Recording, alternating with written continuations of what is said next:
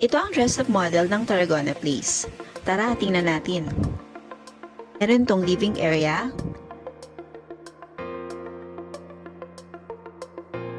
kitchen,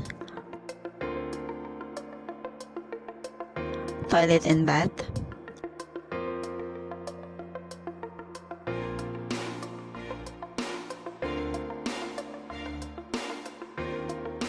ito naman ang staircase. At sa taas nito ay pwedeng lagyan ng office or study area. Kasya din dito ang dalawang bedrooms.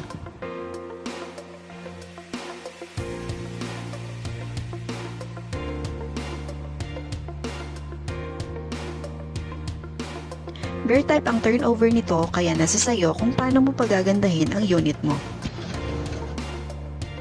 By the way, 6K lang po pala ang babayaran nyo para maka-avail ka ng unit.